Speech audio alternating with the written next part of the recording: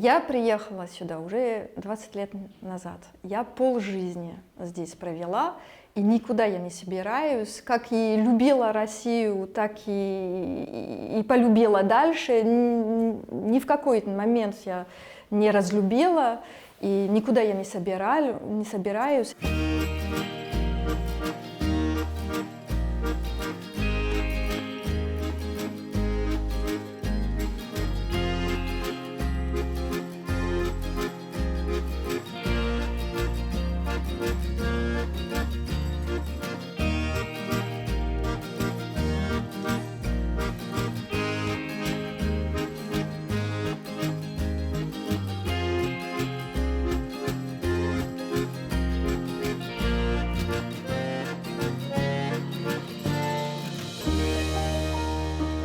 Я живу недалеко от города Сергиева Посада, ехать минут 25.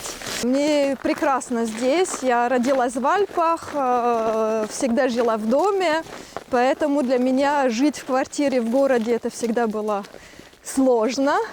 И когда мы построили дом, я решила, что мы тут приезжаем в выходные, а потом возвращаемся в квартиру. Решила, что нет, так не пойдет, что это так не должно быть. Жить мы должны в доме.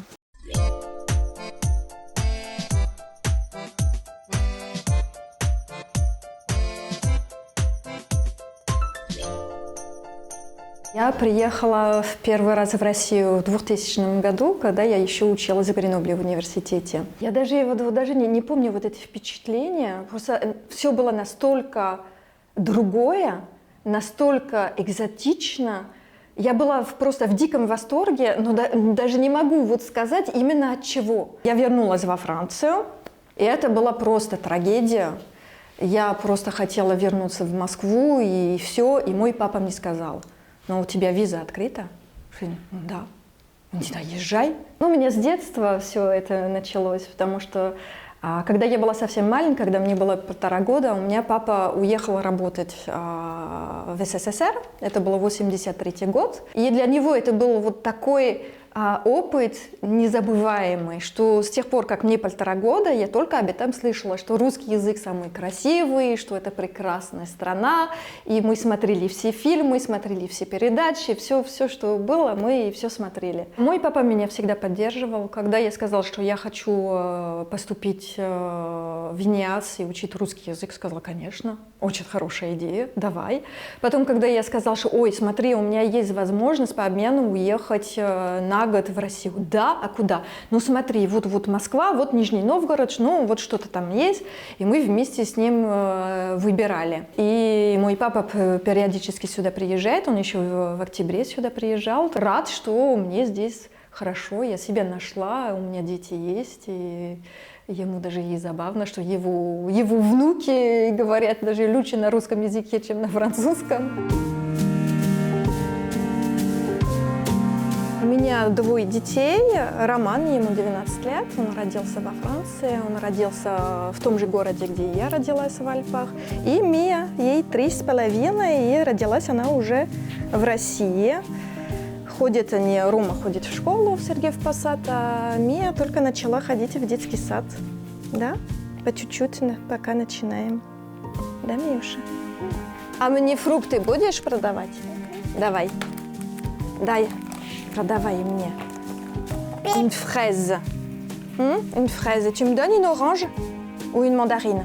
Поскольку я учила математику, в принципе, грамматика для меня она была несложна. Да? Падежи — это как бы математическое мышление, и мне было несложно.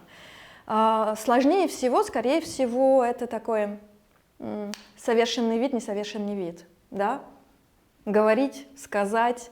Или я помню такой момент, когда, ну, например, там, входить, выходить, уходить, отходить, и так далее, и так далее. Какая разница? Уходить и выходить. Ну, большая разница. Ну, вот это было достаточно сложно. Вот такие нюансы уловить. Потому что, конечно, когда ты приходишь в страну, у тебя вот такой очень простой язык, и такие нюансы, ты их не понимаешь, не чувствуешь, не знаешь. И чувствуется, что прям ход мышления у людей абсолютно другой. И нужно влиться вот в этот, и это пытаться это понимать.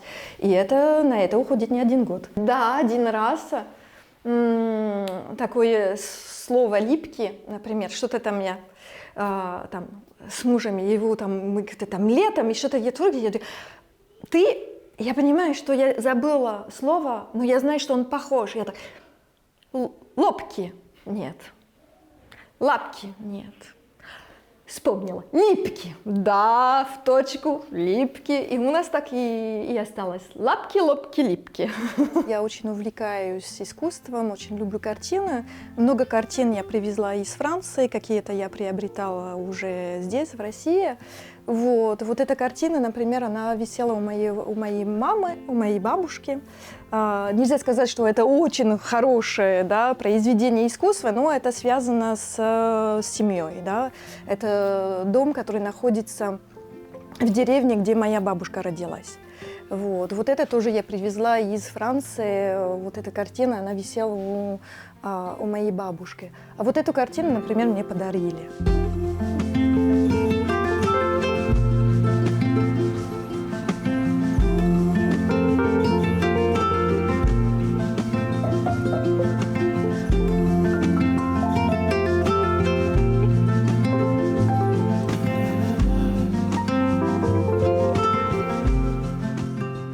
Я иногда для себя, когда пишу пастелью и акварелью, это чисто для себя. Я всегда любила картины, как вы видели, у меня дома их много, и это с тех пор у меня у моей бабушки были очень много картин.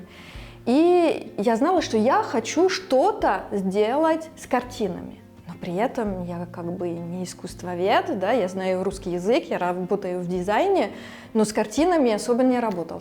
Ладно. Я люблю картины и хочу этим заниматься. Я приезжала в Сергиев Посад, и я очень часто сюда приезжала. И мы подружились с хозяйкой этого пространства. Она мне говорит: ой, смотри, у меня есть такое пространство, не хочешь под галерею? И я с лёд сказала «да».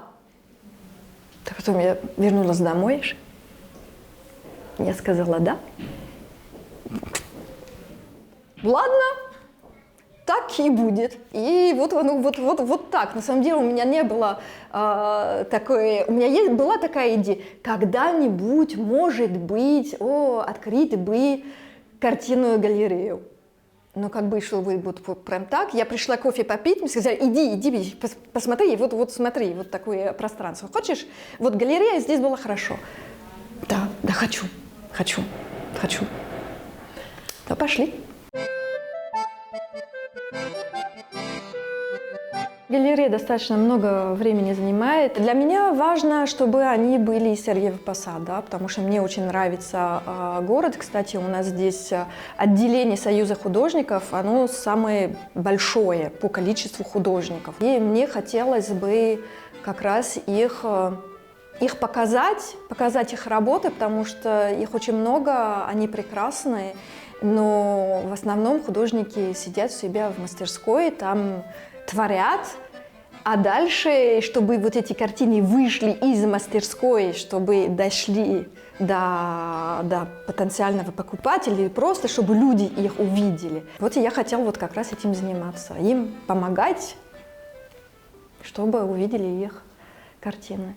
Я приехала сюда уже 20 лет назад. Я полжизни здесь провела, и никуда я не собираюсь. Как и любила Россию, так и полюбила дальше. Ни в какой момент я не разлюбила, и никуда я не собираюсь. Она мне Россия все дала. Она мне дала семью, она мне дала дом, она мне дала это пространство, друзей, знакомых. Она мне все дала. Сегодня будем готовить круассаны. Это прям бренд, я их очень люблю. И самое лучшее – это круассаны, конечно, без начинки внутри. Готовка не моя сильная сторона. Это, конечно, вынужденная мера. Я люблю готовить, когда это быстро, вкусно и красиво. Но это не так просто, поэтому у меня список своих блюд, которые я умею готовить. Blanquette de dinde. Это индейка с соусом бешамель, с морковкой, с шампиньонами, лазанью, болонез, вот такие блюда, международные, скажем так. Mia, tu vas m'aider? Tu m'aides à mettre la farine? Allez, tu prends la farine et tu la mets sur les croissants. Voilà. Là aussi encore un petit peu. Да, она все абсолютно понимает, пока еще не совсем повторяет за мной на французском. Ну, старшая, например, да, говорит по-французски, но она пока еще никогда не была во Франции. Так что надеюсь, что когда мы поедем во Францию, она заговорит, но понимает абсолютно все, что я говорю. La farine, tu la prends et tu la mets là, s'il te plaît. Non, comme ça, comme tu le faisais. Hop. Voilà, vas-y. Лето, окрошка. Я пока еще не знала, что такое окрошка. Я приехала, меня посадили за стол, а там я смотрю таз свежих, порезанных овощей, вот такие кубики. Так красиво, так вкусно это выглядит. Что будешь?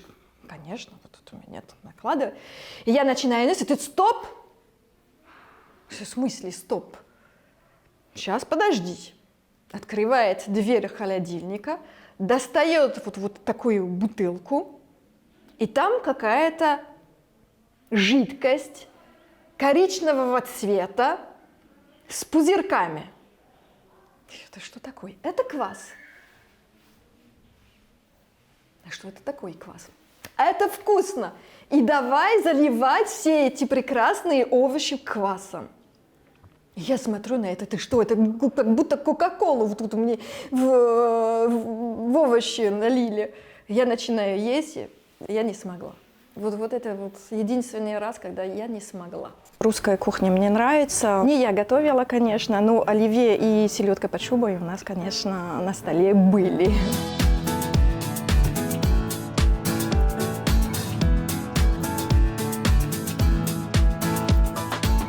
Наши круассаны готовы.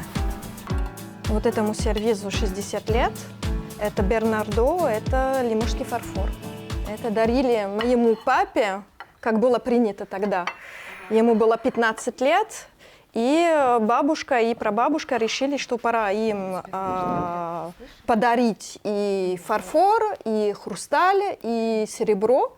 И им показали, что давайте, нужно все выбирать. Ему было 15 лет, он тыкнул, выбрал вот это. 60 лет прошло, теперь вот этот сервис у меня.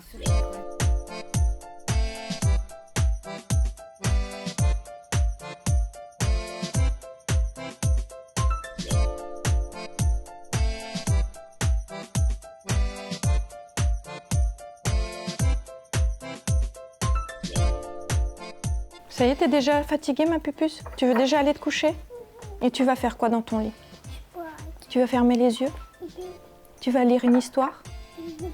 Non? Tu vas regarder un dessin animé? 20 лет живу, в принципе, за эти 20 лет страна очень сильно изменилась, и люди сильно изменились, но мне всегда было комфортно. Все люди, с которыми я встречались, всегда ко мне относились хорошо и были открыты. Не было никогда ситуации, в которой я себя почувствовала чужой, нежеланной. Такой ситуации никогда не было. Если бы нужна была помощь, я могла обратиться, конечно, сейчас поможем. Поэтому, если иногда говоришь, ну, русские почему-то они всегда вот такие серьезные, такие закрытые. Может быть, если иностранец не говорит на языке, будет вот такое ощущение, что русские закрытые и какие-то там суровые. У меня не было никогда такое ощущение. Ну, может, потому что я могла с людьми разговаривать, и они сразу открывались, и были отзывчивы, и готовы помогать во всем. У меня только русские друзья. У меня, да, сейчас так получилось, что все мои друзья, но, опять же, да, я здесь живу практически полжизни, И, конечно, все мои друзья сейчас, они все русские. Все, что касается детства, да, у нас абсолютно разное. Да. У меня другие мультфильмы, другие песни, другие сказки. Например, сейчас у меня дочка там, и в лесу родилась елочка, и все поют, и все дети, и все взрослые, а я стою, я знаю начало, и все. Давайте второй куплет, давайте третий куплет, и все его знают. А я... Ты можешь встречать разные люди, что французы, что русские, ты смотришь, ой, мой человек, да? Вот просто, мы как-то вибрируем прям на одной частоте. А потом ты смотришь, потому что я как бы мало общаюсь с французами, да, особенно мало общалась с французами, которые приехали в Россию только работать, потому что у меня абсолютно было ничего общего с ними, да. Им как бы не то, что интересно жить в России, учить язык или культуру, поэтому, например, вот с этими французами я не общалась, потому что мне как бы... нет. Вот. А есть другие, которые приезжают, как я, которые любят язык, которые любят культуру, историю и так далее. Также и с русскими общаешься с человеком, ты понимаешь, что пошли мы погулять. Мне очень хочется общаться дальше. Даже от человека зависит, да, не от страны. Вот вы мне скажете, это русская... Вот такая манера. У меня просто папа очень смеется по этому поводу, что когда у меня ты будешь что-то, я говорю, угу. Ты будешь, И вот это вот да и нет. Мне кажется, что это чисто по-русски. У меня папа вот так, ему так смешно, он говорит, Россия, я люблю тебя.